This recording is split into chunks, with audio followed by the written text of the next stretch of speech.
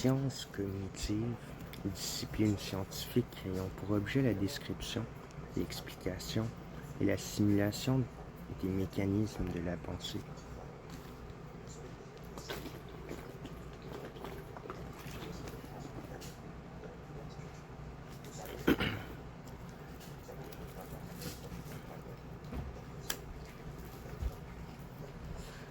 Les sciences cognitives constituent une discipline scientifique ayant pour objet la description, l'explication, et le cas échéant, la simulation des mécanismes de la pensée humaine, animale ou artificielle, et plus généralement de tout système complexe de traitement de l'information capable d'acquérir, conserver, utiliser et transmettre des connaissances. Les sciences cognitives reposent sur l'étude et la modélisation de phénomènes aussi divers que la perception, l'intelligence, le langage, la mémoire, l'attention, le raisonnement, les émotions, l'esprit ou même la conscience. Les sciences cognitives utilisent conjointement des données issues des 6 sous-disciplines qui la composent: les neurosciences, la linguistique computationnelle, anthropologie cognitive, la psychologie cognitive, la philosophie de la cognition et l'intelligence artificielle. Né dans les années 1950 aux États-Unis dans le cadre des progrès sur l'intelligence artificielle, financés par la recherche militaire et particulièrement DARPA, les sciences cognitives recoupent les enjeux liés à la cognition artificielle et à la cognition naturelle. En France, cette discipline a mis en place des sociétés savantes comme l'Association pour la recherche cognitive, ARCO, ou des associations comme la Fresco. Le CNRS a fondé récemment l'Institut des sciences cognitives en 1992 à l'initiative de Marc Jeanneraud. Ces instituts, rebaptisés plus tard Institut Marc Jeanneraud, est un institut du CNRS en partenariat avec l'Université de Lyon.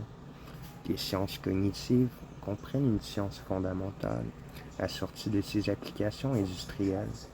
Une science fondamentale, dite science de la cognition, sont les spécialistes, parfois appelés cogniticiens, se réunissent pour la plupart d'entre eux en sociétés savantes et publient dans des revues scientifiques internationales dédiées. Elle a comme principe essentiel l'utilisation de l'ordinateur pour manipuler les symboliques, un secteur applicatif industriel du domaine de l'ingénierie de la connaissance, la cognitive. Il est à noter que le singulier cognitive science est d'usage courant dans les pays anglophones. Les spécialistes des techniques cognitives, recherche et cognitique sont appelés cogniticiens. Historique des sciences cognitives. Il est d'usage de dater la naissance des sciences cognitives de 1956. En effet, cette année voit s'organiser la toute première conférence consacrée à l'intelligence artificielle et à son application à la psychologie de la cognition, à laquelle participent les informaticiens Alan Newell, John McCarthy et Marvin Minsky, le mathématicien Claude Shannon, l'économiste et psychologue Herbert Simon, le linguiste Noam Chomsky, les psychologues George Miller et John Sweat, les neurobiologistes David Hubel et Thorsten Wiesel. L'année 1956 est aussi riche en publications fondamentales pour le domaine des sciences cognitives. Quelques années auparavant, pourtant, les conférences Macy, organisées à New York par la fondation éponyme à partir de 1942, avaient rassemblé les mathématiciens John von Neumann, Norbert Wiener, Claude Shannon, le neurophysiologiste Warren McCulloch, les anthropologues Margaret Mead et Gregory Bateson, le psychiatre Milton Erickson, dans le but de créer une science générale du fonctionnement de l'esprit. En outre, au sortir de la guerre mondiale, recherche en ce qui n'était pas encore identifié comme l'intelligence artificielle bénéficiait de soutiens importants en provenance de l'armée, notamment la DARPA américaine, discipline, linguistique cognitive et grammaire générative. La linguistique formelle et plus particulièrement les travaux de Noam Chomsky ont eu une influence décisive au moment de l'émergence des sciences cognitives à la fin des années 1950. Chomsky s'est notamment élevé contre la conception du langage comme un ensemble d'habitudes apprises par observation et conditionnement, contre cette vision behavioriste défendue entre autres par B.F. Skinner. Chomsky défendit l'idée d'une faculté de langage s'appuyant sur des dispositions innées, observant que durant l'enfance, on n'est exposé qu'à un trop petit nombre de situations de langage pour pouvoir en inférer les règles sous-jacentes. C'est l'argument dit de la pauvreté du stimulus. Chomsky propose que la compétence linguistique humaine s'appuie, pour se développer, sur une connaissance innée et implicite d'une grammaire universelle dont on retrouve la structure formelle dans toutes les langues humaines naturelles. Héritière des interrogations philosophiques sur le rôle du langage dans la pensée, voire aussi ci-dessous, et prolongeant les théories de Roman Jacobson sur les fonctions non purement communicatives du langage, les sciences cognitives s'intéressent non seulement aux processus mentaux de production du langage, mais aussi au rôle de ce dernier dans les opérations mentales. Les idées de Chomsky ont ainsi été reprises et développées au-delà de la linguistique par le philosophe Jerry Fodor. Dans ses fameuses thèses sur la modularité de l'esprit, notion selon laquelle certaines opérations mentales, comme l'application des règles de grammaire, se déroulent de façon automatique et autonome, et le mentelait une métaphore d'un langage intérieur dans lequel seraient traduites les opérations mentales, à la frontière avec l'anthropologie. Le rôle du langage dans les représentations mentales est reposé.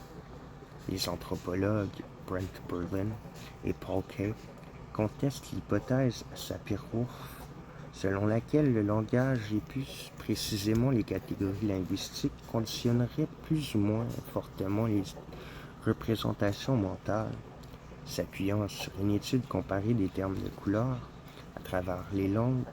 Berlin et Kay défendent au contraire l'idée que cette apparente diversité culturelle dans le lexique est en réalité le produit d'une même structure hiérarchique dans l'organisation de la perception et de la représentation des couleurs. Selon leurs travaux, c'est donc l'esprit qui conditionne le langage. Chercheurs Noam Chomsky, Gilles Fauconnier, Georges Lakoff, John Langshaw Austin, Ray Jackendoff, John Searle, Paul Grice, Dan Sperber, Leonard Talmy. Notion, grammaire universelle, compétences et performances, générativisme, module lexical, générativisme, philosophie analytique et philosophie de l'esprit. Frege révolutionne la logique classique en introduisant le concept de dénotation dans son article Sens et dénotation, Sin und Bedeutung. Le sens de l'étoile du matin, A, est différent de celui de l'étoile du soir, B, puisque leur réalisation acoustique ou significative diffère. La différence de sens correspond à une différence du mode de donation de l'objet désigné. Néanmoins, ils dénotent la même réalité. La planète Vénus, d'où A égale B, a une valeur de connaissance car ce n'est pas tous les jours qu'on découvre qu'une étoile est une planète. Ainsi, citation, la dénotation d'étoiles du soir et d'étoiles du matin serait la même, mais leur sens serait différent, ce qui a permis d'actualiser le signe de Saussure qui refusait d'y attribuer la référence au monde. Il a introduit la quantification dans la logique formelle. On oppose le quantificateur universel, tous les hommes sont mortels, au quantificateur existentiel, Il existe au moins un homme mortel. Il a fondé le calcul des prédicats.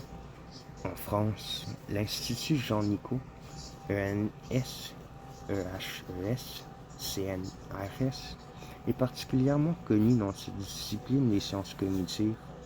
Penseurs René Descartes, Baruch Spinoza, Gottlob Frege, Ludwig Wittgenstein, Bertrand Russell, William von Orman Quine, Edmund Husserl, penseurs suite, Gilbert Ryle, Daniel Dennett, Jerry Fodor, Hilary Putnam, Donald Davidson, John Searle, Peter Strawson.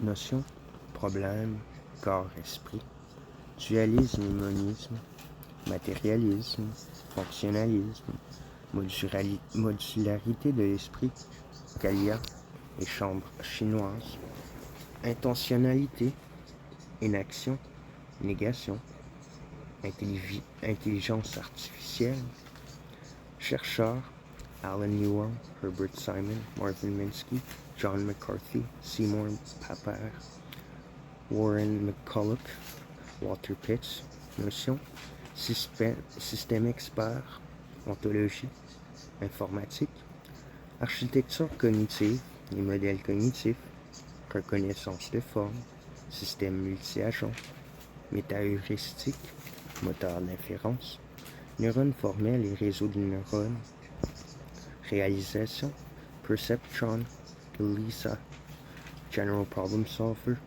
SOAR, neurosciences, chercheurs, Jean-Pierre Changeux, Antonio Damasio, Stanislas Dehaene, Gerald Edelman, Henry Laborit, Mark Genrod, David Hubel, Brenda Milner,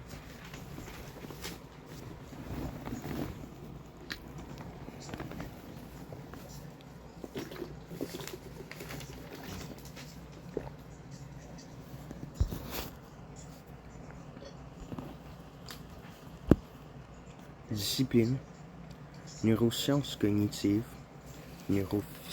neuropsychologie, psychophysiologie, neurosciences computationnelles, outils et techniques, électrophysiologie, imagerie cérébrale fonctionnelle, IRMF, DEP, EEG, MEG, potentiel évoqué, rythmes cérébraux, stimulation magnétique transcrânienne, TMS, neuropharmacologie, théorie et concept, théorie du neurone grand-mère, du neurone miroir, dominance cérébrale, psychologie cognitive.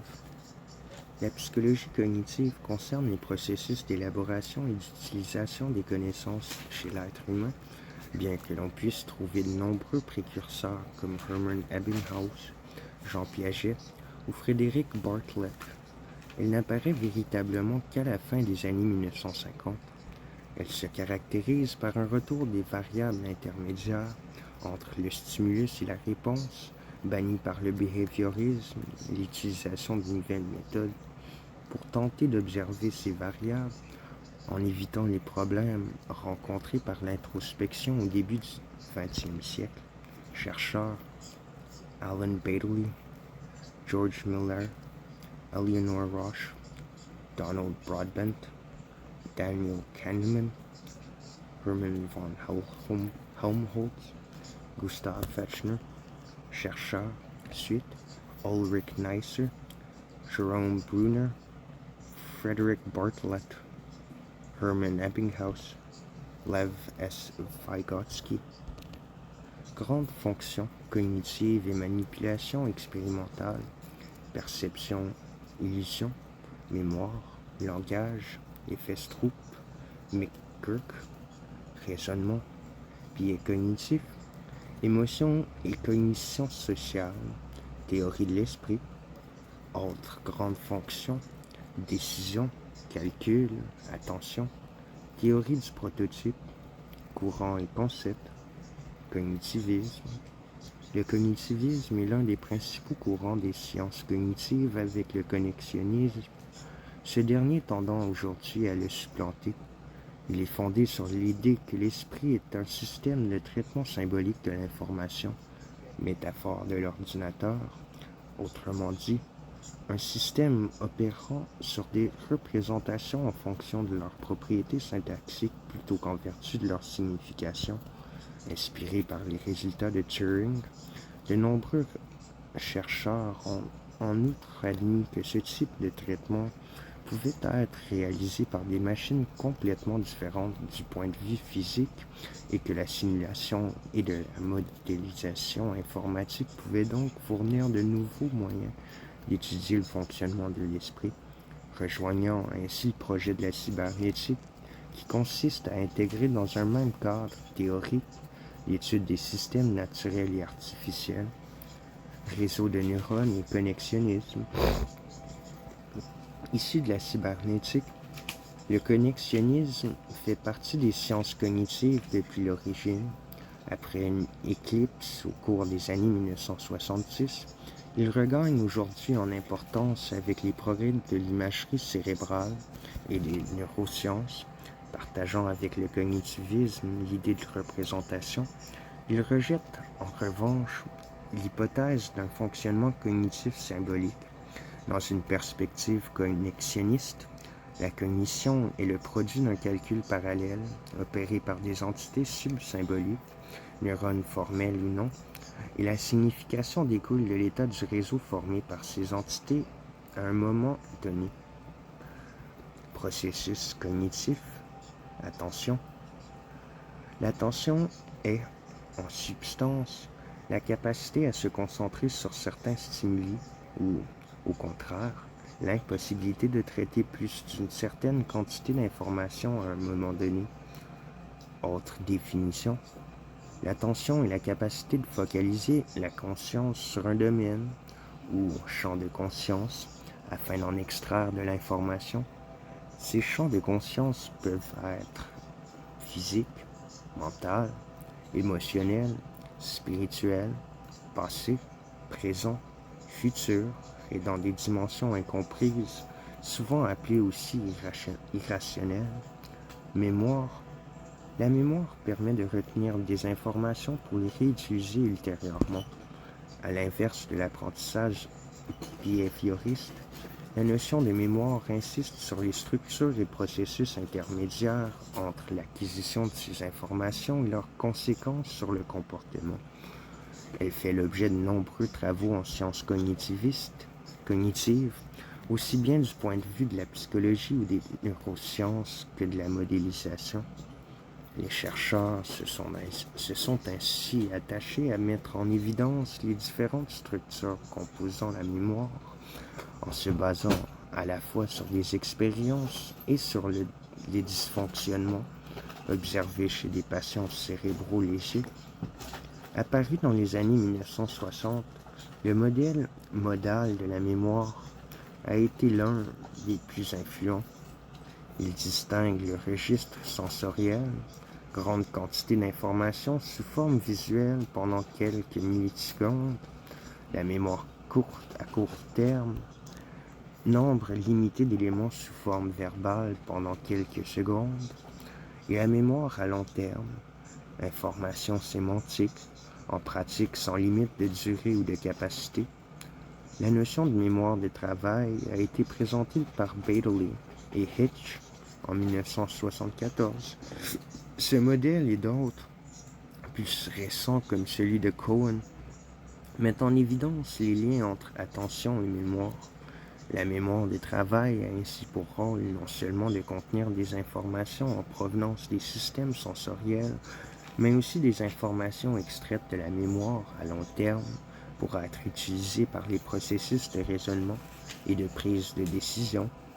Dans le domaine de la mémoire à long terme, plusieurs distinctions ont été proposées comme celle entre mémoire épisodique, autobiographique et mémoire déclarative, connaissance générale, par Handel Tulfing, entre mémoire sémantique et mémoire procédurale, geste, comportement, savoir-faire, par John Anderson, et entre mémoire explicite, utilisée de façon consciente et contrôlée, les mémoires implicites, automatiques. De nombreuses recherches portent également sur les représentations mentales qui organisent ces informations. De leur côté, les neurosciences ont également cherché à identifier les structures cérébrales réalisant ces différentes fonctions et à décrire les processus biologiques permettant l'apprentissage et l'encodage des informations. Le phénomène de potentialisation à long terme explique notamment comment la stimulation répétée de certaines connexions neuronales les rend plus susceptibles de s'activer à l'avenir en réponse à un stimulus similaire, même partiellement. Enfin, de nombreux travaux portent sur les processus d'encodage, de stockage et de récupération. Parmi les principaux résultats, on peut citer la courbe de l'oubli d'Ebbinghaus, les notions d'effet de récence et de primauté ou encore l'amorçage. Enfin, plusieurs expériences soulignent le rôle de la mémoire dans l'expertise. Ainsi, les bons joueurs d'échecs ne diffèrent pas des débutants par leur vitesse de traitement, mais par l'organisation des informations sur le jeu. Un certain nombre de modèles de la mémoire dits à traces tendent à se développer dans la droite ligne du courant connexionniste. Il s'agit de théories profondément dynamiques cherchant à expliquer les conceptions modularistes comme émergentes d'un système complexe et non cloisonné qui conserverait toutes les informations sous forme de traces. Ces traces ne seraient pas forcément localisées sur le plan cérébral, mais réparties et se définiraient par un grand ensemble de facteurs sémantiques, émotionnels, moteurs, etc.